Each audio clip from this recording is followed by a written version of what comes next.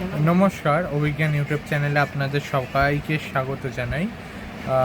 আমি আবারও ক্ষমা চেয়ে নিই কি আমি অনেক দিন বাদে বাদে ভিডিওগুলো আপলোড করি, তো তার জন্য আপনারা আমাকে ক্ষমা করে দেবেন।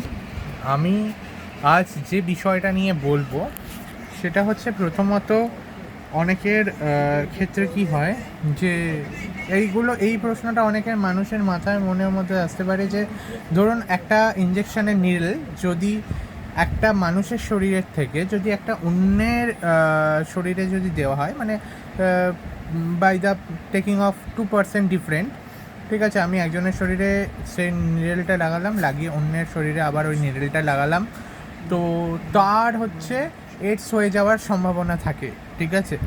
কিন্তু একটা জিনিস একটু চিন্তা করে দেখুন, যে মশা হয়, মশা তো আমাদের কামড়ায়, তা মশারও তো সেই নিডলই আছে, তো সেই মশা যখন আমাকে কামড়ে অন্য একজনের শরীরে গিয়ে কামড়াচ্ছে, তো তার কেন এইডস হচ্ছে না, বা আমাদের কেন এইডস হচ্ছে না?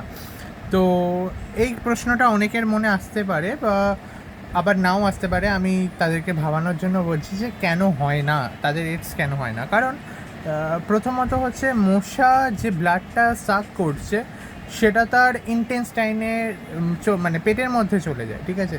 এবারে পেটের মধ্যে নর্মালি যাওয়ার পর তার মধ্যে যদি কোনো ভাইরাস বা ব্যাকটেরিয়া থাকে, নর্মালি সেইগুলো হচ্ছে আমাদের মানে সেটা হচ্ছে মারা যায়, ঠিক আছে।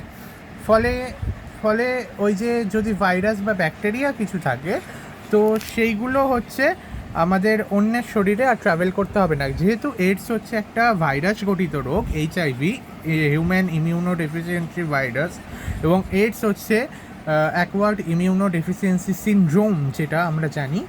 তো তার জন্য হচ্ছে পার্সন টু পার্সন ভ্যারি করলেও হচ্ছে এইডস হয় না, ঠিক আছে। তাহলে আপনি হয়তো বলবেন যে তাহলে ম্যালেরিয়া, ডেঙ্গু এগুলো কেন হচ্ছে, চিকেনগুনিয়া এগুলো কেন হচ্ছে?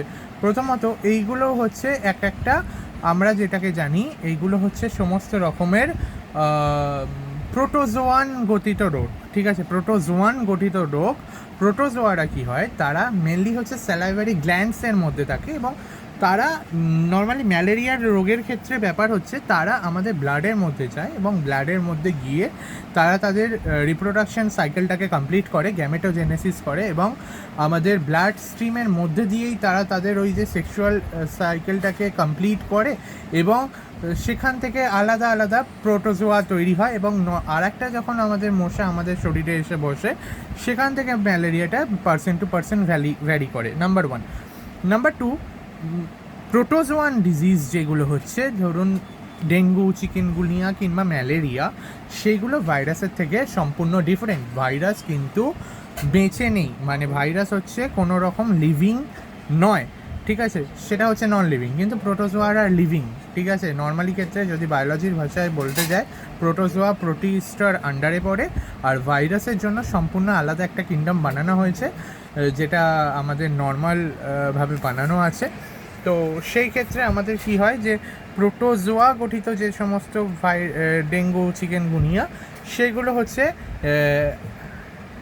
মস্কিউটোর গাটের মধ্যে থাকে, ফলে সেটা ট্রান্সফর্ম হয়। কিন্তু যেহেতু ভাইরাস হচ্ছে আমাদের পেটের মধ্যে চলে গেল, এবং পেটের মধ্যে গিয়ে সেটা ডিজলভ হয়ে গেল মশার অ্যাসিডে, নর্মালি পেটের মধ্যে চলে যাওয়ার পরে, পুরোটা ডিজলভ হয়ে যাওয়ার পরে, যে সেটা পরবর্তী মানুষের শরীরে যায় না এবং এইডসটা ছড়ায় না। যদি এরকম সিস্টেম না হতো, তাহলে মানুষ টু মানুষ এইডসটা ছড়িয়ে যেত। সত্যিকারের ভগবানের সৃষ্টি অনেক অনেক ভালো, যার ফলে আমরা বেঁচে থাকি, এবং তারই সৃষ্টি অনুযায়ী, তারই কথা অনুযায়ী আমরা চলতে থাকি।